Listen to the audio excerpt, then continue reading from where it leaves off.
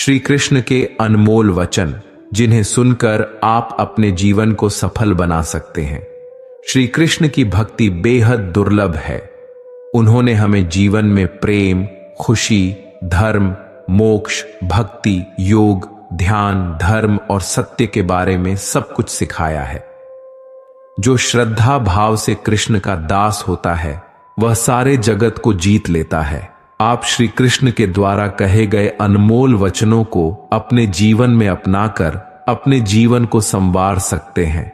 आइए जानते हैं श्री कृष्ण के श्रीमुख से निकले कुछ अनमोल वचनों को।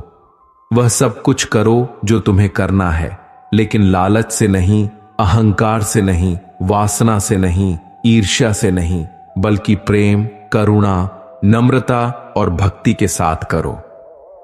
भगवान श्री कृष्ण इन अनमोल वचनों के माध्यम से कार्य करने की नीयत का उल्लेख करते हैं। जब किसी भी कार्य को करने में लालच, बेईमानी या जलन होगी तो वह कार्य न तो सही होगा और न ही उसके परिणाम फलदायी होंगे। इसके अतिरिक्त जिस कार्य को हम पूरे मन से प्रेम पूर्वक करेंगे वह न केवल हमारे लिए बल्कि समाज के लिए भी हितकारी होगा। नरक के 3 द्वार हैं, काम, क्रोध और लोभ। जो व्यक्ति कामी प्रवृत्ति का होता है, जिसके मन में लोभ होता है और जो अत्यधिक क्रोधी स्वभाव का होता है, उसके लिए नरक के द्वार सदैव खुले होते हैं। अर्थात ऐसे व्यक्ति को केवल नरक में ही स्थान मिलता है। श्री कृष्ण कहते हैं, मैं ही सृष्टि का आदि, मध्य और अंत हूं। भगवान श्री कृष्ण ही इस सृष्टि के पालनहार हैं। वही इस संसार की शुरुआत थे, वही मध्य हैं और वही अंत होंगे। आप जो चाहते हैं उसके लिए नहीं लड़ते हैं, तो जो खोया उसके लिए मत रो। मनुष्य सब कुछ चाहता है पर उसे सब कुछ नहीं मिल सकता। आपको जो नहीं मिला उसके लिए पश्चाताप मत करो, और जो आपसे खो गया या अलग हो गया उसके लिए निराश मत हो। मैं सभी प्राणियों के हृदय में स्थित आत्मा हूं। हर व्यक्ति श्री कृष्ण से जुड़ा है और श्री कृष्ण हर व्यक्ति से जुड़े हैं। वही हमारे आदि, मध्य और अंत हैं। ठंडी या गर्मी, सुख या दर्द का अनुभव करें। ये अनुभव क्षणभंगुर हैं। वे आते हैं और जाते हैं। उन्हें धैर्यपूर्वक सहन करें। अन्याय का सदैव प्रतिकार करना चाहिए और पलायन नहीं। पुरुषार्थ का चयन करना चाहिए। केवल मनुष्य को ही यह सौभाग्य प्राप्त है कि वह नए कर्म करने के लिए स्वतंत्र है, जिससे वह उन्नति के शिखर पर आरूढ़ होकर उपलब्धियों के कीर्तिमान रचकर इतिहास में अद्वितीय स्थान प्राप्त कर सकता है। अकर्मण्य नहीं, कर्मठता से कार्य करते रहना चाहिए। सलाह, विचार विमर्श तथा मार्गदर्शन भले ही सबसे लेते रहें, लेकिन निर्णय स्वयं की बुद्धि से लेना चाहिए। श्री कृष्ण ने अर्जुन को पूरा ज्ञान देने के बावजूद यह स्वतंत्रता दी थी कि वह स्वविवेक से निर्णय लें और कार्य करें। तब 3 प्रकार के बताए गए हैं, शरीर, वाणी और मन। तीनों का उपयोग लोकहित में करना चाहिए। वाणी मनुष्य की सबसे अच्छी मित्र है।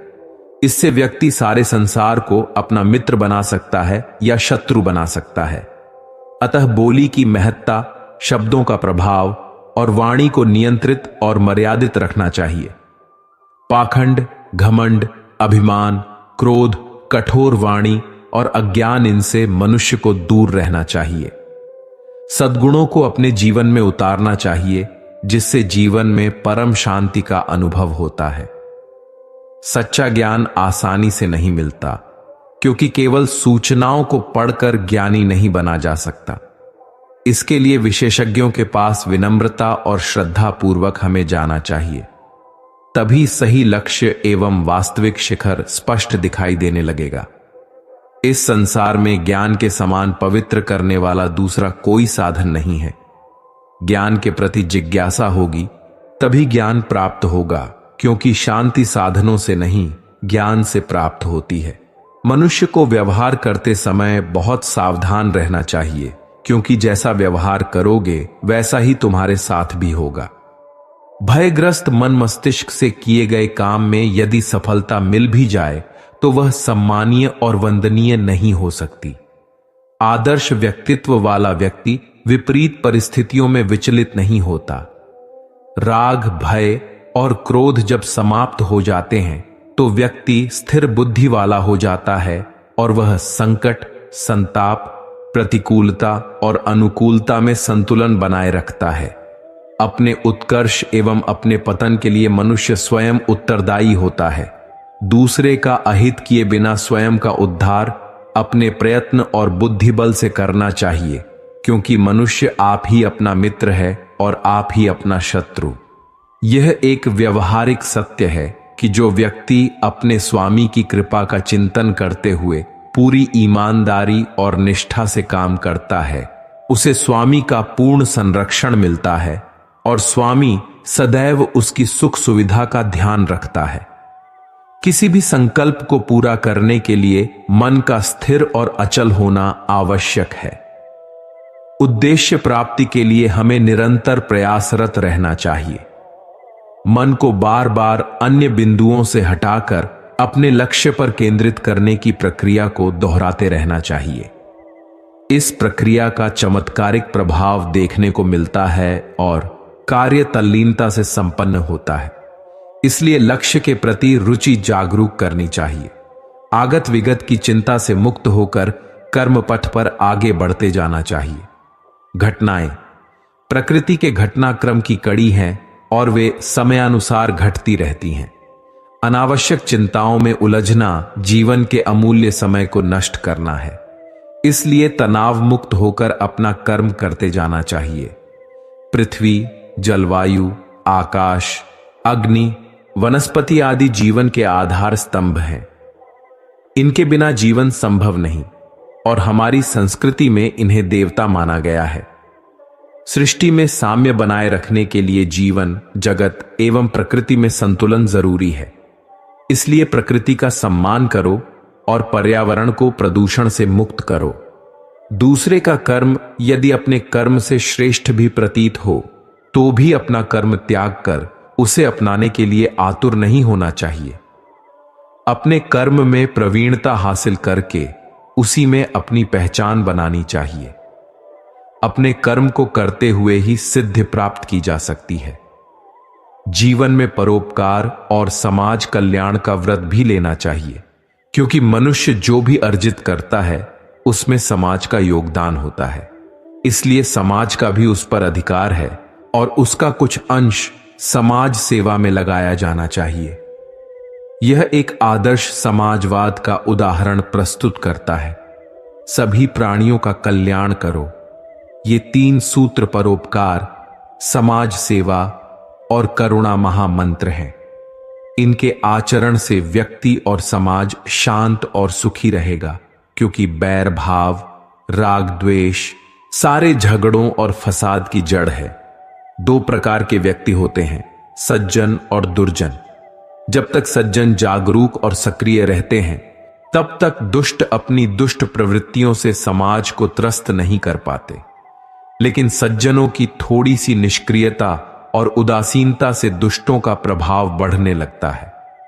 फिर सज्जन बचाव का मार्ग अपनाने लगते हैं और हताश होकर सब कार्यों को छोड़ समाज को दुष्टों के भरोसे छोड़ देते हैं।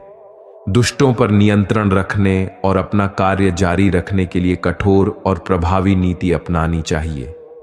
जीवन में प्रगति के लिए मन मस्तिष्क के साथ साथ तन का स्वस्थ रहना भी जरूरी है। कोई भी कार्य शरीर के द्वारा किया जाता है। यदि शरीर अस्वस्थ है तो वह कभी कोई कार्य नहीं कर पाएगा। अतः शरीर साधना बेहद जरूरी है। जीवन में यदि सफलता चाहते हैं तो कर्म और लोक कल्याण में समन्वय जरूरी है। तभी जीवन का समग्र विकास हो पाएगा। दोनों में से यदि केवल एक ही कार्य करते रहे, चाहे वह लोक कल्याण हो या कर्म, तो दोनों ही स्थितियां कभी आदर्श नहीं मानी जाती। इसलिए इनमें सामंजस्य होना जरूरी है। कोई भी राष्ट्र केवल आर्थिक, वैज्ञानिक एवं तकनीकी प्रकृति से उन्नत नहीं हो जाता जब तक कि वह आध्यात्मिक एवं नैतिक रूप से सबल न हो। उसकी प्रगति अधूरी है। वर्तमान में भारत के पास सब कुछ है, परंतु धीरे धीरे नैतिक और चारित्रिक बल की कमी महसूस होने लगी है। अतः चरित्रवान बनकर आदर्श नेतृत्व प्रदान करना होगा, क्योंकि जो श्रेष्ठ पुरुष आचरण करते हैं लोग भी उनका अनुसरण करते हैं। अपने आचरण से ऐसे मूल्य स्थापित करने चाहिए जिनसे अन्य लोग प्रेरणा ले सकें। समय एक सा नहीं रहता। आज दुख है तो कल सुख भी आएंगे, और सुख के बाद दुख आना स्वाभाविक है। आपको पूरे धैर्य और श्री कृष्ण पर विश्वास के साथ अपना जीवन निर्वाह करना चाहिए। सत्य कभी नष्ट नहीं हो सकता। अच्छा करने से डरना नहीं चाहिए। लोग अक्सर सच कहने से बचते हैं या डरते हैं, पर सत्य कभी छुप नहीं सकता और ना ही मिट सकता है। कितना भी छुपा लें पर सच उजागर हो ही जाएगा। इसलिए जो बात सच पर आधारित हो उसे करने, कहने और मानने से कभी नहीं डरना चाहिए। इस शरीर का मोह मत करो। यह तो माटी है, माटी में मिल जाएगा। अमर तो आत्मा है जो परमात्मा में मिल जाएगी। लोग अपने शरीर को सुंदर बनाने में लगे रहते हैं, पर आत्मा की सुंदरता शरीर की सुंदरता से कहीं ज्यादा महत्वपूर्ण है। शरीर तो नश्वर है, मिट्टी ही तो है, तो मिट्टी में मिल जाता है, पर आत्मा अमर है। इसलिए आत्मा की सुंदरता पर ध्यान दो। आत्मा की सुंदरता श्री कृष्ण में लीन होने में मिलती है। जो हुआ अच्छा हुआ, जो हो रहा है वह अच्छे के लिए हो रहा है। कभी कभी विपरीत परिस्थितियां हमारी वर्तमान स्थिति को अच्छा करने के लिए आती हैं। मन चंचल है, इसे संयमित करना कठिन है, लेकिन यह अभ्यास से वश में हो जाता है। मन इधर उधर भागता है और किसी भी कार्य की एकाग्रता का दुश्मन है, लेकिन यदि यह व्यक्ति के वश में हो जाए तो इससे अच्छा कोई मित्र नहीं है। मन को एकाग्र करना जरूरी है, बस थोड़े से प्रयास और अभ्यास की जरूरत है। श्री कृष्ण कहते हैं, मेरे लिए न कोई गणित है और न ही कोई प्रिय, न कोई निर्धन है और न ही कोई धनी। बस जो भक्ति भाव के साथ मुझे याद करते हैं, मैं उनका हूं और वे मेरे। श्री कृष्ण उन्हीं के हैं जो श्री कृष्ण के हैं। भगवान तो बस प्रेम और भक्ति के भूखे हैं। जो भी उनकी भक्ति में लीन होता है, जो भी प्रेम से उन्हें याद करता है, वे सदैव उसका कल्याण करते हैं। श्री कृष्ण कहते हैं, मैं हमेशा तुम्हारे साथ और तुम्हारे आसपास रहता हूं, चाहे तुम कुछ भी कर रहे हो। जब भी आप कोई बुरा कार्य करते हो या अच्छा कार्य करते हो, आपको लगता है कि कोई देख नहीं रहा, तो श्री कृष्ण कहते हैं कि तुम जो कुछ भी कर रहे हो, मेरी दृष्टि सदैव तुम पर है। इसलिए यह मत समझो कि आप अकेले हो। आपके साथ श्री कृष्ण सदैव हैं। जो हो रहा है अच्छे के लिए हो रहा है, तो सकारात्मक रहो और अपना कर्म करो। आप वही हैं जिसमें आप विश्वास करते हैं। आप वही बन जाते हैं जो आप मानते हैं कि आप बन सकते हैं। हमारी सफलता और असफलता इस बात पर निर्भर करती है कि हम खुद पर कितना विश्वास करते हैं। व्यक्ति जो चाहे बन सकता है, यदि पूरे विश्वास के साथ अपने लक्ष्य पर लगातार चलता रहे। जिस इंसान के चारों तरफ नकारात्मक लोग रहते हैं, उस इंसान का मंजिल से भटक जाना स्वाभाविक है। मन के हारे हार है और मन के जीते जीत। जिस प्रकार सकारात्मक विचारों से सफलता मिलती है, उसी प्रकार नकारात्मक विचार असफलता की ओर ले जाते हैं। जैसा हम सोचते हैं वैसे ही हम बनते जाते हैं, और अपने विचारों के माध्यम से ही हमें नकारात्मक और सकारात्मक परिणाम मिलते हैं। अपने अनिवार्य कर्तव्य का पालन करें, क्योंकि क्रिया वास्तव में निष्क्रियता से बेहतर है। मनुष्य ही एक ऐसा प्राणी है जो कर्म करता है, इसलिए कर्म करना हर व्यक्ति का धर्म है। कर्म करने वाला व्यक्ति ही कर्मवीर कहलाता है। इसलिए कार्य करते रहना खाली बैठे रहने से हमेशा बेहतर होता है। समय हमेशा चलता रहता है, कभी रुकता नहीं। यदि आज बुरा समय है तो कल अच्छा होगा। इसलिए बिना किसी स्वार्थ के सिर्फ कर्म कीजिए। समय पर फल मिल जाएगा, क्योंकि न तो समय रुकता है और न ही एक सा रहता है। बुरा समय हो या अच्छा, यह बदलता जरूर है। आज बुरा है तो कल अच्छा और अच्छा है, तो फिर बुरा समय आएगा। सुख और दुख आते जाते रहते हैं, इसलिए इस पर हमारा कोई नियंत्रण नहीं है, लेकिन कर्म पर हमारा नियंत्रण जरूर है। आप सिर्फ कर्म करिए, फल की चिंता किए बगैर समय आने पर फल जरूर मिलेगा। जो अहंकार से मोहित हो जाता है वह सोचता है कि मैं करता हूं। जो अज्ञानी व्यक्ति होता है वह यह गलत फहमी पाल लेता है कि सभी कार्य मेरे द्वारा किए जा रहे हैं। ऐसा जानकर उसमें अहंकार घर कर लेता है। परंतु इस सृष्टि में जो भी हो रहा है वह तो प्रकृति द्वारा किया जा रहा है। अज्ञानता के कारण व्यक्ति में जो मैं का अहंकार जन्म लेता है वह पतन का कारण बनता है। श्री कृष्ण कहते हैं, मैं किसी का भाग्य निर्माण नहीं करता, हर व्यक्ति अपना भाग्य स्वयं बनाता है। ईश्वर किसी के भी भाग्य के निर्माता नहीं है। व्यक्ति खुद ही अपना भाग्य लिखता है। आप जैसा बीज बोएंगे वैसी ही फसल काटेंगे। आप जैसा कर्म करेंगे आपको वैसे ही परिणाम मिलेंगे। यदि विद्यार्थी मन लगाकर पढ़ाई करेंगे तो परीक्षा में सफल होंगे। इसलिए हर व्यक्ति का भाग्य तभी बदलेगा जब वह अच्छे कर्म करेगा। पृथ्वी, जल, अग्नि, वायु, आकाश, मन, बुद्धि और अहंकार, यह मेरी प्रकृति के 8 विभाग हैं। जो कुछ भी है वह वर्तमान में है। जो बीत गया है वह लौट कर नहीं आएगा, और जो आने वाला है उसकी चिंता न करें, बल्कि खुले दिल से उसका स्वागत करें। जब आप भ्रम और संदेह से परे भगवान से प्रेम करते हैं तो आप हर चीज से प्रेम करने लगते हैं। मन उन लोगों के लिए दुश्मन की तरह काम करता है जो इसे नियंत्रित नहीं कर पाते, और जिसने अपने मन को जीत लिया है उसके लिए मन सबसे अच्छा मित्र है। क्रोध में इंसान भ्रमित हो जाता है और भ्रम से बुद्धि व्यग्र हो जाती है। गलत फैसले लेने के कारण व्यक्ति का पतन शुरू हो जाता है। जो कर्म में अकर्म देखता है और अकर्म में कर्म देखता है वही मनुष्यों में बुद्धिमान होता है। आप केवल कर्म के हकदार हैं, उसके फल के नहीं। आत्मा विनाश से परे है, कोई भी उस आत्मा का अंत नहीं कर सकता जो अनंत है। खुशी मन की एक ऐसी अवस्था है जिसका बाहरी दुनिया से कोई लेना देना नहीं है। यांत्रिक अभ्यास से बेहतर है ज्ञान, और ज्ञान से बेहतर है ध्यान। कोई भी व्यक्ति जो अच्छा काम करता है उसका कभी भी बुरा अंत नहीं होगा, चाहे इस संसार में हो या आने वाले संसार में। जिनके मन और आत्मा में सामंजस्य है, जो इच्छा और क्रोध से मुक्त है, जो अपनी आत्मा को जानते हैं, उनके साथ ईश्वर की शांति है।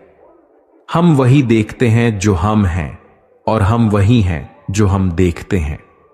बुरे कर्म करने नहीं पड़ते, वे हो जाते हैं, और अच्छे कर्म होते नहीं, उन्हें करना पड़ता है। क्या गया है तुम्हारा जो तुम रोते हो? तुम इस संसार में क्या लाए हो जो तुमने खो दिया?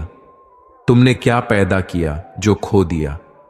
क्योंकि तुमने जो भी लिया यहीं से तो लिया, जो भी दिया यहीं पर दिया। आज जिसे तुम अपना कह रहे हो, कल वह किसी और का था और परसों किसी और का होगा। फिर क्यों रोते हो? परिवर्तन ही संसार का नियम है। यह प्रकृति है जो सभी गलतियों का कारण बनती है। अहंकार से मोहित मूर्ख यह धारणा रखते हैं कि मैंने किया। गर्मी और ठंड, सुख और दुख की भावना इंद्रियों के अपनी वस्तुओं के संपर्क के कारण होती है। ये आते हैं और चले जाते हैं। चिरकाल तक आपको उन्हें स्वीकार करना चाहिए। पूर्ण लगन के साथ अपना कार्य करो, लेकिन उसके फल की इच्छा मत करो, क्योंकि जब आप फल की इच्छा करते हैं तो कहीं ना कहीं आप अपने कार्य में पूर्ण रूप से समर्पित नहीं हो पाते। गति के लिए चरणों पर ध्यान देना आवश्यक है, किंतु प्रगति के लिए सदैव आचरण पर ही ध्यान देना चाहिए। प्रकृति द्वारा निर्धारित कर्तव्य का पालन करते हुए व्यक्ति ने कोई पाप नहीं किया। वह मूर्ख है जो प्रेम को बकवास कहता है। प्रेम इस दुनिया की जड़ है जिससे यह दुनिया बनी है। अपनी इच्छा की शक्ति से अपने आप को नया आकार दें। अपने आप को कभी भी स्वेच्छा से नीचा ना होने दें। बुद्धिमान अपनी चेतना को एकीकृत करते हैं और कर्म के फल के प्रति आसक्ति को त्याग देते हैं। कर्म का वास्तविक लक्ष्य आत्मा का ज्ञान है। हम जो कुछ भी हैं वह हमारे विचारों का परिणाम है। हम अपने विचारों से बनते हैं और उन्हीं से ढाले जाते हैं। श्री कृष्ण कहते हैं, ऐसा कोई समय नहीं था जब मैं नहीं था, न आप, न इनमें से कोई राजा, न ही कोई भविष्य होगा जिसमें हम नहीं रहेंगे। परिपक्व लोग सोचते हैं कि ज्ञान और क्रिया अलग अलग हैं, लेकिन बुद्धिमान उन्हें एक मानते हैं। जिस प्रकार शरीर में रहने वाला व्यक्ति बचपन, युवावस्था और वृद्धावस्था से गुजरता है, उसी प्रकार मृत्यु के समय वह केवल दूसरे प्रकार के शरीर में प्रवेश करता है। बुद्धिमान लोग इसके बहकावे में नहीं आते। न यह शरीर तुम्हारा है और न ही तुम शरीर के मालिक हो। यह शरीर तो अग्नि, जल, वायु, पृथ्वी और आकाश से बना है और इन्हीं में मिल जाएगा, परंतु आत्मा स्थिर है। तुम अपने आप को मुझे अर्पित करो, यही सबसे उत्तम सहारा है। जो इसके सहारे को जानता है वह भय, चिंता और शोक से सर्वदा मुक्त रहता है। इच्छाओं में कमी ही सुख की कुंजी है। जो पहले विष जैसा लगता है लेकिन अंत में अमृत जैसा स्वाद देता है, वही सत्य का आनंद है जो स्वयं के साथ शांति से उत्पन्न होता है। उम्मीद ही आपको रिश्ते में कमजोर बनाती है। उम्मीद का जन्म आपके मन में ही होता है। शांत, नम्रता, मौन, संयम और पवित्रता ये मन का अनुशासन है। सभी स्वार्थी इच्छाओं पर काबू पाना पर्याप्त नहीं है। स्वामित्व और अहंकार को वश में करना भी आवश्यक है। जिसे तुम अपना समझकर मग्न हो रहे हो, वही प्रसन्नता तुम्हारे दुखों का कारण है। कर्म मुझसे नहीं चिपकते क्योंकि मैं उनके परिणामों से जुड़ा नहीं हूं। जो लोग इसे समझते हैं और इसका अभ्यास करते हैं, वे स्वतंत्रता में जीते हैं। जो मनुष्य प्रकृति के गुणों से अनासक्त है और जो पूरी तरह से दिव्य ज्ञान में स्थित है, उसके सारे कर्म परमात्मा में विलीन हो जाते हैं। अभी निराश मत हो क्योंकि वक्त कमजोर हो सकता है, तू नहीं। भले ही दुर्बलता ईश्वर द्वारा दी जाती है, लेकिन गरिमा मनुष्य का मन स्वयं निर्मित करता है। अंत में सभी आत्माओं को परमात्मा में मिल जाना है। यही आत्मा का अंतिम लक्ष्य है। सभी जीव मुझ में हैं और मैं सभी जीवों में हूं। तुम्हारे कर्म ही तुम्हारे भाग्य के निर्माता हैं। तुम्हारा मोह ही तुम्हारे दुखों का सबसे बड़ा कारण है। आज वह तुम्हारा है, कल किसी और का होगा, इसलिए व्यर्थ का पछतावा मत करो। वर्तमान में जीना और उसका अनुभव ही जीवन है। आत्मा अमर है। इसे न कोई शस्त्र काट सकता है और न ही अग्नि इसे जला सकती है।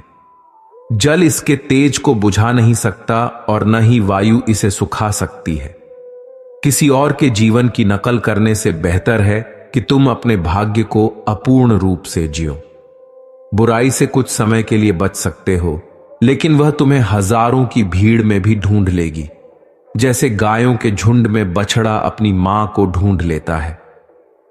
सभी जीवों का निर्माता मैं हूं, तो किसी जीव को कष्ट देकर मुझे खुश कैसे देख सकते हो? कृष्ण का सेवक बनकर ही जीवन सफल होता है। चिंता मत करो, चिंतन करो। घमंड व्यक्ति को डुबा देता है। मैं विधाता होकर भी विधि के विधान को टाल नहीं सकता। मन सफेद कपड़े जैसा है, जिस रंग में डुबाओगे वही रंग चढ़ेगा। उठो और श्री कृष्ण के चरणों का वंदन करो। लज्जा और अभिमान छोड़ दो। मन को निर्विकल्प कर लो और वृत्ति को सावधान करके हरि चरणों का वंदन करो। जीवन में सुख ही सुख है अगर हम आशाओं का त्याग कर दें। जीवन में आधे दुखों का कारण बड़ी बड़ी आशाएं हैं। जो व्यक्ति तुम्हारी कद्र नहीं करता, उसके साथ रहने से अच्छा है कि अकेले रहो।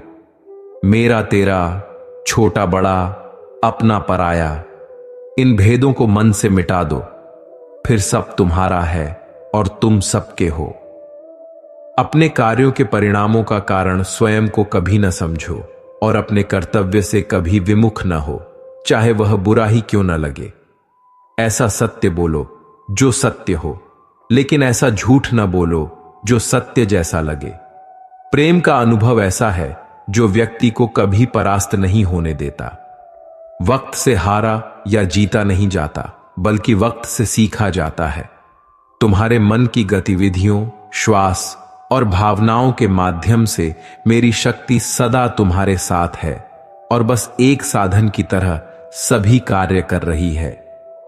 हर किसी का जन्म किसी न किसी कारण से होता है, इसे पहचानो और कर्म करते रहो।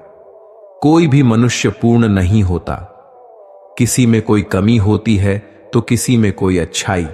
इसलिए अपनी तुलना किसी से मत करो, बल्कि पूर्ण निष्ठा से अपना कर्म करो। कर्मवीर ही अपनी पहचान बनाते हैं, जो कर्म नहीं करते वे विलुप्त हो जाते हैं। आत्मज्ञान की अग्नि कर्म के सभी बंधनों को भस्म कर देती है। हे अर्जुन, जैसे धधकती आग लकड़ी को राख कर देती है, वैसे ही आत्मज्ञान कर्मों को नष्ट कर देता है। तू करता वही है जो तू चाहता है, लेकिन होता वही है जो मैं चाहता हूं। तू वही कर जो मैं चाहता हूं, फिर होगा वही जो तू चाहता है। भगवान श्री कृष्ण कहते हैं, खुद पर विश्वास करो और कर्म करते रहो। जिस व्यक्ति को कोई लगाव नहीं है, वह ही वास्तव में दूसरों से प्यार कर सकता है, क्योंकि उसका प्यार शुद्ध और दिव्य होता है। मुझे प्राप्त करने का एकमात्र तरीका प्रेम है। इंद्रियों से मिलने वाला सुख पहले तो अमृत जैसा लगता है, लेकिन अंत में यह विष के समान कड़वा होता है। जीवन न तो भविष्य में है, न अतीत में है। जीवन तो बस इस पल में है। जीवन इस क्षण का नाम है। मेरा विश्वास करो और हार मत मानो। वह मुझे प्रिय है जो सुख के पीछे नहीं भागता, न दुख से दूर भागता है, न शोक करता है, न लालसा करता है। मोह में पड़कर अपने कर्तव्य को न भूले।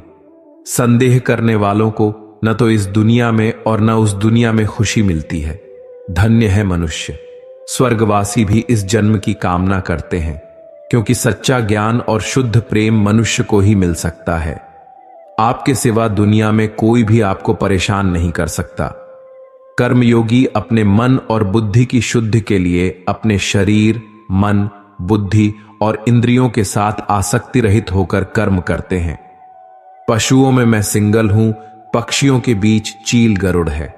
मैं प्रहलाद हूं जो राक्षस के बीच पैदा हुआ हूं। अर्जुन, जो मन के द्वारा इंद्रियों पर लगाम लगाता है और इसके बजाय कर्मयोग बिना किसी आसक्ति के निष्पादित करता है, वह श्रेष्ठ है। जो बंसी वाले को दिल से मानता है, वह बुराई में भी अच्छाई को ढूंढ लेता है। व्यक्ति को सदैव बुराई से बचकर रहना चाहिए। अगर कोई बुरा कर्म करता है तो वह कर्म उसे अपने जीवन में भोगना ही पड़ता है। श्री कृष्ण जगत के स्वामी हैं। वो कण कण में निवास करते हैं।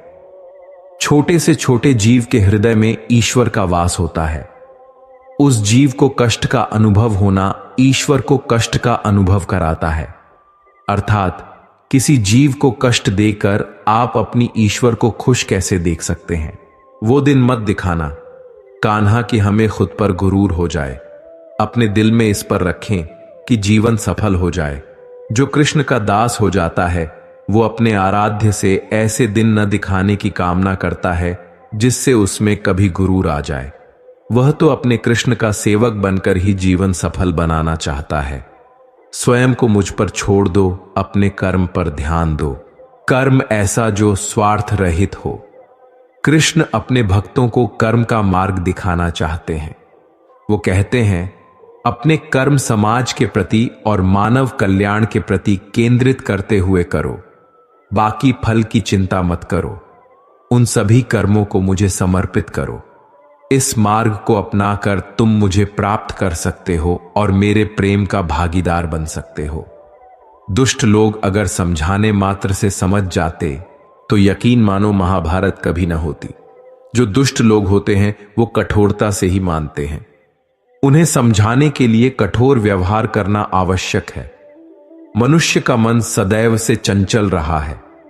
इस मन की चंचलता ने मनुष्य को पथभ्रष्ट तथा मार्ग से विचलित करने में कोई कसर नहीं छोड़ी। जो व्यक्ति सदैव हंसता, खेलता, मुस्कुराता रहता हो, अगर वह अपने स्वभाव से भिन्न हो जाए अर्थात चुप, गुमसुम, उदास रहने लगे, तो समझना उसके हृदय में एक पीड़ा है। उस पीड़ा ने उसे कमजोर बना दिया है। जिस व्यक्ति के पास संतुष्टि नहीं है, उसे कितना भी मिल जाए वह असंतुष्ट ही रहेगा। जिस व्यक्ति के पास संपूर्ण धन, दौलत, ऐश्वर्य, वैभव सब है मगर संतुष्टि नहीं है, उस धन दौलत का कोई अर्थ नहीं। वह सदैव असंतुष्ट की स्थिति में ही रहता है। जिसके पास संतुष्टि है वह थोड़े में भी संतुष्ट रहता है। जिंदगी में सदैव अवसरों का आनंद लेना चाहिए, लेकिन किसी के भरोसे को तोड़कर नहीं। जिंदगी में भरोसा एक ऐसी चीज है जिसे प्राप्त करना वर्षों की मेहनत के समान है। फिर भी यह प्राप्त हो या नहीं, यह भाग्य पर निर्भर करता है।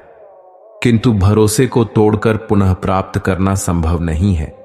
इसलिए जिंदगी में अवसरों का आनंद सदैव लें, लेकिन भरोसे को कभी टूटने न दें। प्रेम में कोई वियोग नहीं होता। प्रेम ही अंतिम योग है, अंतिम मिलन है। प्रेम कभी ना समाप्त होने वाली प्रक्रिया है। जिस व्यक्ति को प्रेम हो जाता है वह फिर जीवन और जीवन के बाद भी प्रेम के वशीभूत रहता है। प्रेम को प्राप्त करने के लिए त्याग, तपस्या और योग का सहारा लेना पड़ता है।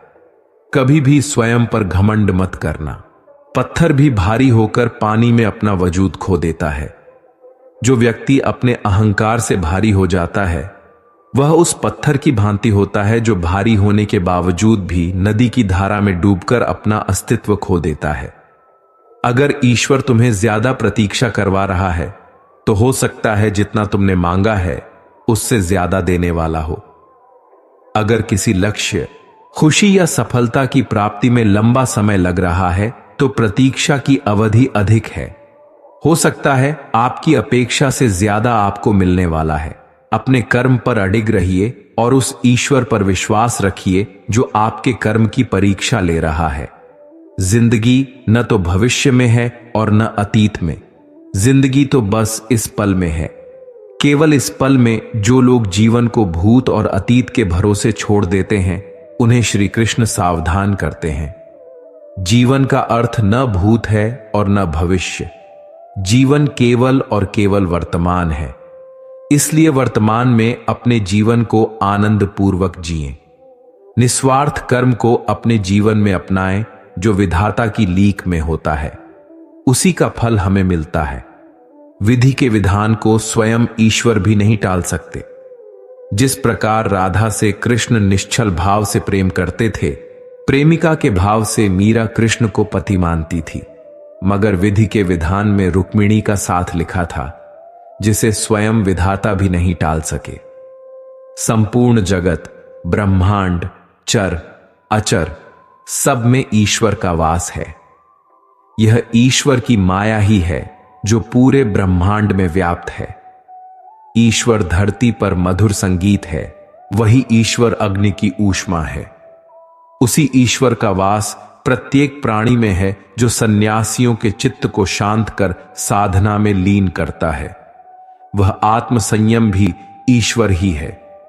फल की अभिलाषा छोड़कर कर्म करने वाला पुरुष ही अपने जीवन को सफल बनाता है। जो व्यक्ति कर्म में विश्वास रखता है, अपने कर्म से पीछे नहीं हटता और फल की चिंता नहीं करता, वह पुरुष अपने जीवन को सफल बनाता है। भले ही चिंता करने वाला व्यक्ति कभी अपने जीवन को सफल नहीं बना सकता। इस भौतिक जगत में जो व्यक्ति न तो सुख की प्राप्ति से हर्षित होता है और न अशुभ के प्राप्त होने पर उससे घृणा करता है, वह पूर्ण ज्ञान में स्थिर रहता है। यह संसार नश्वर है। इस जगत में दुख, सुख, हर्ष, विषाद आदि लगा रहता है। क्षण भर के सुख से जो खुश नहीं होता और अशुभ होने पर जो दुखी नहीं होता, वह व्यक्ति सच्चा ज्ञानी होता है। जो अपने हिस्से का काम किए बिना ही भोजन पाते हैं, वह चोर है। यह जीवन कर्म प्रधान है। जो व्यक्ति कर्म करके, परिश्रम करके अपने लिए कुछ अर्जित करता है, वह वास्तविक रूप से उस फल का भागी है। अन्यथा वह चोर की भांति है, जिसे बैठे बिठाए सब मिल जाता है। जिस व्यक्ति को आपकी कद्र नहीं है, उसके साथ खड़े रहने से बेहतर है कि आप अकेले रहें। जिस व्यक्ति के पास आपके लिए मान सम्मान और कद्र नहीं है, उनके साथ रहना व्यर्थ है। वे सदैव आपके प्रति शत्रुता का भाव रखते हैं। ऐसे व्यक्तियों के साथ रहने से उत्तम है कि आप अकेले रहें। हद से ज्यादा सीधा सादा होना भी ठीक नहीं है, क्योंकि जंगल में सबसे पहले सीधे पेड़ों को काटा जाता है। इस जीवन में अधिक सीधा या सरल होना अनुचित है। जो सरल और सीधे स्वभाव का होता है, लोग उसका अनायास फायदा उठाते हैं। दिव्यता केवल शक्तिशाली होने में नहीं, बल्कि दूसरों में शक्ति जागृत करने में होती है। दिव्यता को प्राप्त करने वाला व्यक्ति शक्तिशाली तब तक नहीं हो सकता जब तक वह दूसरों के हित में न हो। वह व्यक्ति दूसरों को दिव्य बनाता है। इसमें उसके शक्तिशाली होने का परिचय मिलता है। जिंदगी के इस रण में खुद ही कृष्ण और खुद ही अर्जुन बनना पड़ता है। रोज अपना सारथी बनकर जीवन के महाभारत से लड़ना पड़ता है। यह जीवन एक रणभूमि है। यहां निरंतर संघर्षों का सामना करना पड़ता है। इस संघर्ष रूपी महाभारत में स्वयं अपना सारथी, अपना मार्गदर्शक और योद्धा बनना होता है। अच्छी किस्मत के लोग थोड़ा भी बुरा होने पर भगवान को कोसते हैं, और बुरी किस्मत के लोग थोड़ा भी अच्छा होने पर भगवान का स्मरण और धन्यवाद करते हैं। जिनकी किस्मत अच्छी होती है, जिनके पास किसी साधन की कमी नहीं होती, वे थोड़ा सा भी कष्ट नहीं झेलते। थोड़ी सी भी कमी होने पर भगवान को कोसते हैं। वहीं जिनके पास अभाव होता है, उनके पास थोड़ी सी भी बरकत या खुशी मिले तो वे भगवान को धन्यवाद करते हैं। जन्म लेने वाले के लिए मृत्यु उतनी ही निश्चित है जितनी कि मृत होने वाले के लिए जन्म लेना। इसलिए जो अपरिहार्य है उस पर शोक मत करो। यह पृथ्वी नश्वर है। यहां सब कुछ गतिमान है। जिस प्रकार सुख दुख जीवन में आता जाता है, उसी प्रकार मृत्यु और जन्म भी यहां लगे रहते हैं। इसमें खुश होना या दुख मनाना व्यर्थ है। मन से माफ करने में किसी को वक्त नहीं लगता, पर दिल से माफ करने में सारी उम्र बीत जाती है। मुंह से माफी देना और हृदय से माफी देने में काफी अंतर है। मुख द्वारा दी गई माफी को तत्काल प्राप्त किया जा सकता है, किंतु दिल की माफी प्राप्त करने में उम्र बीत जाती है। जब आप प्रभु के साथ जुड़ जाओगे तो आपकी परीक्षा आरंभ हो जाएगी।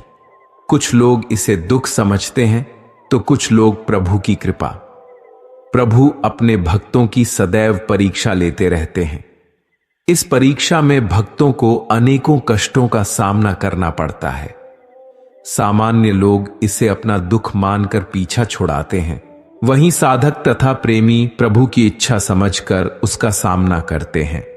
जो माखन चोर हैं, जो मुरली वाला है, वही सबके दुख घटाने वाले हैं, संकट से बचाने वाले हैं और सुख का संचार करने वाले हैं।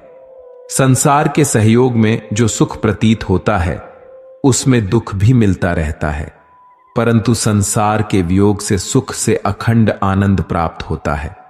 सांसारिक सुख क्षणिक होता है। जो सुख आज प्राप्त हो रहा है, वह स्थायी नहीं है।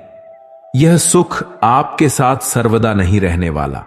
आपको दुख भी प्राप्त होगा, परंतु संसार से वियोग अर्थात मुक्ति परम आनंद को प्राप्त कराती है या ईश्वर तक पहुंचाती है। संबंध उसी आत्मा से जुड़ते हैं जिनका हमसे पिछले जन्मों का कोई रिश्ता होता है, वरना दुनिया के इस भीड़ में कौन किसको जानता है। माना जाता है कि जीवन के पूर्व कर्मों का फल इसी जन्म में प्राप्त होता है। जितने भी रिश्ते नाते, सुख दुख व्यक्तिगत जीवन में प्राप्त होते हैं वे पूर्व जन्मों का फल हैं। वरना कौन इतनी बड़ी दुनिया में आपसे दिल लगाता है। राधा कृष्ण का मिलना तो बस एक बहाना था। दुनिया को प्यार का सही मतलब समझाना था। राधा और कृष्ण दोनों अवतारी थे। दोनों का जन्म कुछ विशेष परिस्थितियों के लिए हुआ था। उनका मिलना और बिछड़ना बस एक प्रक्रिया थी जिसके माध्यम से प्रेम का वास्तविक रूप समाज में दिखाना था। प्रेम और आस्था दोनों पर किसी का जोर नहीं होता। यह मन जहां लग जाए वहीं ईश्वर नजर आता है। आस्था और प्रेम पर व्यक्ति का स्वयं नियंत्रण होता है। जहां आस्था और प्रेम लग जाता है वहीं श्री कृष्ण के दर्शन हो जाते हैं। श्री कृष्ण सर्वव्यापी हैं। प्रहलाद जैसा विश्वास हो, भीलनी जैसी आस हो, द्रौपदी जैसी पुकार हो, मीरा जैसा इंतजार हो तो कृष्ण को आना ही पड़ता है। कृष्ण को जो भी भक्त सच्चे हृदय से पुकारता है वह उनके साथ सदैव खड़े हो जाते हैं। आशाओं का त्याग करके देखो, जीवन में सुख ही सुख है। आशाएं व्यक्ति को दुख के मार्ग पर ले जाती हैं। आशाएं बड़ी प्रबल होती हैं।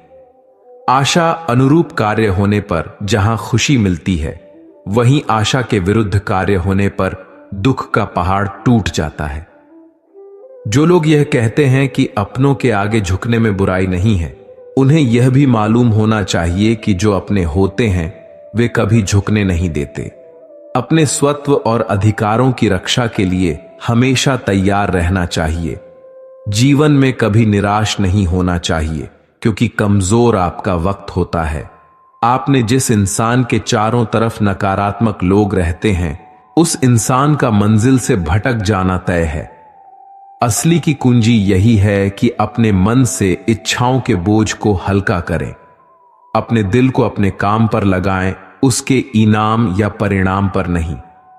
अगर आप किसी को छोटा देख रहे हैं तो आप उसे या तो दूर से देख रहे हैं या अपने भीतर के अहंकार से युद्ध कर रहे हैं। जीवन की सफलता केवल 3 शस्त्रों से प्राप्त होती है: धर्म, धैर्य और साहस।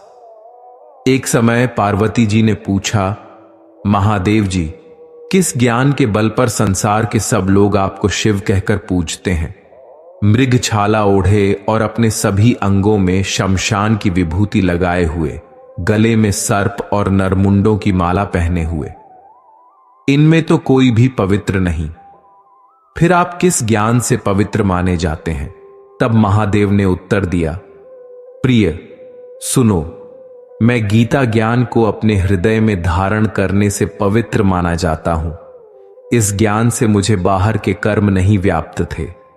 तब पार्वती जी ने कहा, हे भगवत, जिस गीता ज्ञान की आप ऐसी स्तुति करते हैं उसके श्रवण करने से क्या कोई कृतार्थ भी हुआ है? महादेव ने उत्तर देते हुए कहा, इस ज्ञान को सुनकर बहुत से जीव कृतार्थ हुए हैं और आगे भी होंगे। मैं तुम्हें एक पुरातन कथा कहता हूं, तुम सुनो। एक समय पाताल लोक में शेषनाग की शैया पर श्री नारायण जी नयन मूंद कर आनंद में मग्न थे। उस वक्त भगवान के चरण दबाते हुए लक्ष्मी जी ने पूछा, हे प्रभु, निद्रा और आलस्य तो उन पुरुषों को व्याप्त है जो जीव तामसी होते हैं। आप तो वासुदेव हैं। आप जो नेत्र मूंद रहे हैं इससे मुझे बड़ा आश्चर्य है। नारायण जी ने उत्तर देते हुए कहा, हे लक्ष्मी, मुझको निद्रा आलस्य नहीं व्याप्त था। एक शब्द रूप जो भगवत गीता है उसमें जो ज्ञान है उसके आकार रूप है। यह गीता शब्द रूप अवतार है। इस गीता में 5 अध्याय मेरे मुख्य हैं, 10 अध्याय मेरी भुजाएं हैं, 16 अध्याय मेरा हृदय और मन है और मेरा उद्धार है, 17वां अध्याय मेरी जंघा है, 18वां अध्याय मेरे चरण हैं। गीता श्लोक ही मेरी नाड़ियां हैं और जो गीता के अक्षर हैं वह मेरा रूप है। मेरा शब्द रूपी जो गीता ज्ञान है उसी के अर्थ में हृदय में विचार करता हूं और बहुत आनंद को प्राप्त होता हूं। लक्ष्मी जी बोली, केशरी नारायण जी, श्री गीता का इतना ज्ञान है तो क्या उसे सुनकर कोई जीव कृतार्थ भी हुआ है? तब श्री नारायण ने कहा, हे लक्ष्मी, गीता ज्ञान को सुनकर बहुत से जीव कृतार्थ हुए हैं, तुम श्रवण करो। एक व्यक्ति था जो चांडाल के कर्म करता था और तेल नमक का व्यापार करता था। उसने एक बकरी पाली। एक दिन वह बकरी चराने के लिए वन में गया और वृक्ष से पत्ते तोड़ने लगा। वहां उसे एक सांप ने डंस लिया, जिससे वह तुरंत मर गया। मरने के बाद उसने बहुत से नरक भोगे और फिर उसका जन्म बैल के रूप में हुआ। उस बैल को एक भिक्षुक ने पकड़ लिया। वह भिक्षुक उस पर चढ़कर सारे दिन मांगता फिरता। जो कुछ भिक्षा मांग कर लाता वो उसे अपने परिवार के साथ मिलकर खाता और वह बैल सारी रात द्वार पर खड़ा रहता। उसके खाने पीने का भी कोई ख्याल नहीं करता था और सुबह होते ही बैल पछाड़कर फिर मांगने निकल जाता। जब बहुत दिन हो गए तो वह बैल भूख से गिर गया, लेकिन उसके प्राण नहीं निकले। नगर के लोगों ने देखा कि कोई तीर्थ का फल देता तो कोई व्रत का फल, तब भी उस बैल के प्राण नहीं छूटे। एक दिन एक गणिका आई और लोगों से पूछा, यह कैसी भीड़ है? तो उन्होंने कहा कि इसके प्राण नहीं निकलते, अनेक पुण्यों का फल दे रही है, तब भी इसकी मुक्ति नहीं होती। तब गणिका ने कहा, मैंने जो कर्म किया है उसका फल मैं इस बैल को देती हूं। इतना कहते ही बैल की मुक्ति हो गई। तब बैल ने ब्राह्मण के घर जन्म लिया। पिता ने उसका नाम सुशर्मा रखा। उसके पिता ने उसे पढ़ाया लिखाया। उसे अपने पिछले जन्म की सुध थी। एक दिन उसने मन में विचार किया कि जिस गणिका ने मुझे बैल की योनि से छुड़ाया था उसका दर्शन करूं। वह विप्र चलते चलते गणिका के घर गया और कहा, आप मुझे पहचानती हैं? गणिका ने कहा, मैं नहीं जानती, तुम कौन हो? तब उसने कहा, मैं वही बैल हूं जिसको आपने अपने पुण्य दिए थे। तब मैं बैल की योनि से छूटा था। अब मैं विप्र के घर जन्मा हूं, आप अपना पुण्य बताएं। गणिका ने कहा, मैंने अपने जन्म में पुण्य नहीं किया, परंतु मेरे घर एक तोता है। वह रोज सुबह कुछ पढ़ता है, मैं उसका वाक्य सुनती हूं। उस पुण्य का फल मैंने तुम्हें दे दिया। तब विप्र ने तोते से पूछा, तू सुबह क्या पढ़ता है? तोते ने कहा, मैं पिछले जन्म में विप्र का पुत्र था। मेरे गुरु मुझे गीता के पहले अध्याय का पाठ सुनाया करते थे। एक दिन मैंने उनसे कह दिया कि मुझको आपने ये क्या पढ़ा दिया है। तब गुरुजी ने मुझे श्राप दिया कि तू तोता बन जाएगा। इसके बाद से मैं तोता बन गया। एक दिन बहेलिया मुझे पकड़ ले आया और एक विप्र ने मुझे मोल ले लिया।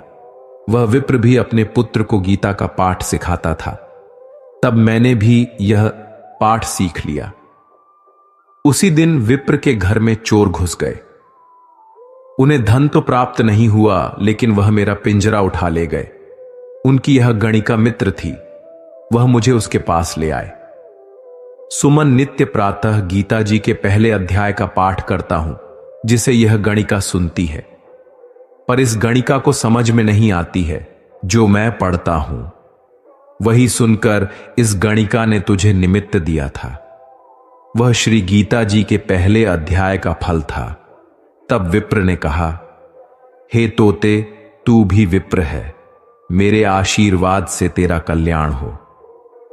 लक्ष्मी जी बोली, केशरी नारायण जी, श्री गीता का इतना ज्ञान है तो क्या उसे सुनकर कोई जीव कृतार्थ भी हुआ है? तब श्री नारायण ने कहा, हे लक्ष्मी, गीता ज्ञान को सुनकर बहुत से जीव कृतार्थ हुए हैं, इसलिए तुम श्रवण करो। एक व्यक्ति था जो चांडाल के कर्म करता था और तेल नमक का व्यापार करता था। उसने एक बकरी पाली। एक दिन वह बकरी चराने के लिए वन में गया और वृक्ष से पत्ते तोड़ने लगा। वहां उसे एक सांप ने डंस लिया, जिससे वह तुरंत मर गया। मरने के बाद उसने बहुत से नरक भोगे और फिर उसका जन्म बैल के रूप में हुआ। उस बैल को एक भिक्षुक ने मोह लिया। वह भिक्षुक उस पर चढ़कर सारे दिन मांगता फिरता। जो कुछ भिक्षा मांग कर लाता वह उसे अपने परिवार के साथ मिलकर खाता और वह बैल सारी रात द्वार पर खड़ा रहता। उसके खाने पीने का भी कोई ख्याल नहीं करता था और सुबह होते ही बैल पछाड़कर फिर मांगने निकल जाता। जब बहुत दिन हो गए तो वह बैल भूख से गिर गया, लेकिन उसके प्राण नहीं निकले। नगर के लोगों ने देखा तो उस बैल को कोई तीर्थ का फल देता तो कोई व्रत का फल, तब भी उस बैल के प्राण नहीं छूटे। एक दिन एक गणिका आई। उसने लोगों से पूछा, यह कैसी भीड़ है? तो उन्होंने कहा, इसके प्राण नहीं निकलते, अनेक पुण्यों का फल दे रही है, तब भी उसकी मुक्ति नहीं होती। तब गणिका ने कहा, मैंने जो कर्म किया है उसका फल मैं इस बैल को देती हूं। इतना कहते ही बैल की मुक्ति हो गई। तब बैल ने ब्राह्मण के घर जन्म लिया। पिता ने उसका नाम सुशर्मा रखा। उसके पिता ने उसे पढ़ाया लिखाया और उसे अपने पिछले जन्म की सुध थी। उसने एक दिन मन में विचार किया कि जिस गणिका ने मुझे बैल की योनि से छुड़ाया था उसका दर्शन करूं। विप्र चलते चलते गणिका के घर गया और कहा, आप मुझे पहचानती हैं? गणिका ने कहा, मैं नहीं जानती, तुम कौन हो? तब उसने कहा, मैं वही बैल हूं जिसे आपने अपने पुण्य दिए थे। तब मैं बैल की योनि से छूटा था, अब मैं विप्र के घर जन्मा हूं, आप अपना पुण्य बताएं। गणिका ने कहा, मैंने अपने जन्म में पुण्य नहीं किया, परंतु मेरे घर एक तोता है, वह रोज सुबह कुछ पढ़ता है, मैं उसका वाक्य सुनती हूं, उस पुण्य का फल मैंने तुम्हें दे दिया। तब विप्र ने तोते से पूछा, तू सुबह क्या पढ़ता है? तोते ने कहा, मैं पिछले जन्म में विप्र का पुत्र था। मेरे गुरु मुझे गीता के पहले अध्याय का पाठ सुनाया करते थे। एक दिन मैंने उनसे कह दिया कि मुझे आपने ये क्या पढ़ा दिया है। तब गुरुजी ने मुझे श्राप दिया कि तू तोता बन जाएगा। इसके बाद से मैं तोता बन गया। एक दिन बहेलिया मुझे पकड़ ले आया और एक विप्र ने मुझे मोल ले लिया। वह विप्र भी अपने पुत्र को गीता का पाठ सिखाता था। तब मैंने भी यह पाठ सीख लिया। उसी दिन विप्र के घर में चोर घुस गए। उन्हें धन तो प्राप्त नहीं हुआ, लेकिन वह मेरा पिंजरा उठा ले आए। उनकी यह गणिका मित्र थी, वह मुझे उसके पास ले आए। सुमन नित्य प्रातः गीता जी के पहले अध्याय का पाठ करता हूं, जिसे यह गणिका सुनती है, पर इस गणिका को समझ में नहीं आता है जो मैं पढ़ता हूं। वही सुनकर इस गणिका ने तुझे निमित्त दिया था। वह श्री गीता जी के पहले अध्याय का फल था। तब विप्र ने कहा, हे तोते, तू भी विप्र है, मेरे आशीर्वाद से तेरा कल्याण हो। सोहे लक्ष्मी। विप्र के इतना कहते ही वह तोता भी मुक्ति को प्राप्त हो गया। तब गणिका ने बुरे कर्म छोड़ भले कर्म ग्रहण किए और नित्य स्नान करके श्री गीता जी के प्रथम अध्याय का पाठ करना शुरू कर दिया, जिससे उसकी भी मुक्ति हो गई। ऐसा है गीता के प्रथम अध्याय के पाठ का महत्व। यदि आप जीवन में सफल हैं तो दुनिया आपको सलाम करती है, और अगर आप असफल होते हैं तो वही लोग आपका मजाक उड़ाते हैं। सफल बनने के लिए सबसे पहले असफलता का डर मन में से निकालना चाहिए। हारना सबसे बढ़िया सफलता नहीं है, परंतु हारने के बाद प्रयास करना छोड़ देना हमारी सबसे बड़ी असफलता है। सफलता की राह में हमें रोकने वाले हजारों लोग मिल जाएंगे, परंतु हमें हमेशा आगे बढ़ते रहना चाहिए।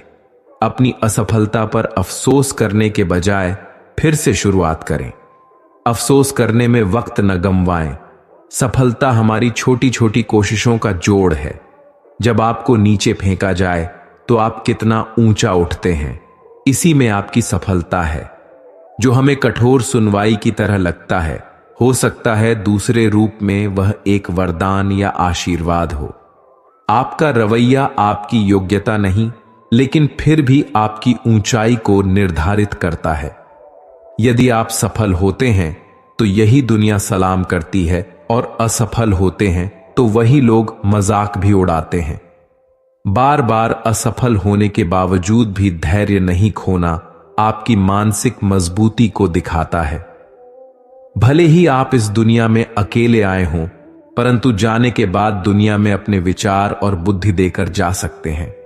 सफल बनने के लिए सबकी सुनने की आदत होनी चाहिए, परंतु करना वही चाहिए जो अपने मन को बेहतर लगे। कुछ लोग केवल सफल होने के सपने देखते हैं, जबकि कुछ लोग इसके लिए कठिन मेहनत करते हैं। एक पल की सफलता वर्षों की असफलता की कीमत चुका देती है। अपने छोटे छोटे कामों में भी अपने दिल, दिमाग और आत्मा को लगा दीजिए। सफलता की खुशी मनाना अच्छा है, पर उससे जरूरी है अपनी असफलता से सीख लेना। जिन व्यक्तियों को जीवन में पढ़ने की आदत होती है, वे कभी भी अकेले नहीं हो सकते। जीवन में संघर्ष जितना कठिन होगा, सफलता उतनी ही ऊंची और शानदार होगी। यदि हारने के बाद भी आप अपने हौसले को जिंदा रख सकते हैं, तो निश्चित ही एक दिन आप अवश्य सफल होंगे।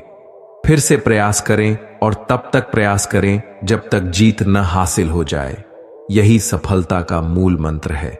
सफल होने के लिए सफलता की इच्छा असफलता के भय से अधिक होनी चाहिए। सफलता ही सही और गलत का एकमात्र सांसारिक निर्णायक है। धैर्य सफलता का एक महत्वपूर्ण तत्व है। हमेशा अपने वास्तविक रूप में रहो, खुद को व्यक्त करो, स्वयं में भरोसा रखो। बाहर जाकर किसी और सफल व्यक्तित्व को मत तलाशो और उसकी नकल मत करो। हर चीज से पहले तैयार होना सफलता का रहस्य है। श्री कृष्ण कहते हैं, कुछ करने की इच्छा रखने वाले लोगों के लिए इस संसार में असंभव जैसा कुछ भी नहीं है।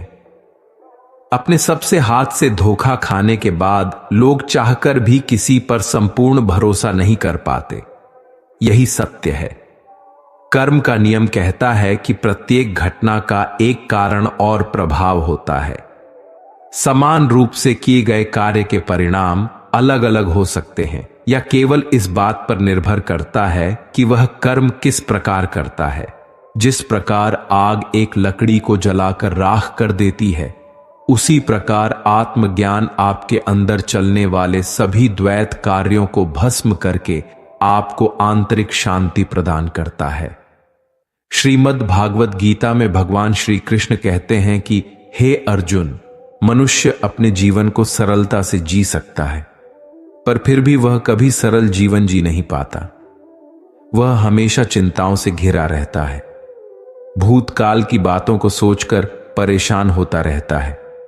वह मौत से डरने लगता है। वह न तो अपने जीवन को सही तरीके से जी पाता है और न ही मृत्यु को गले लगा पाता है।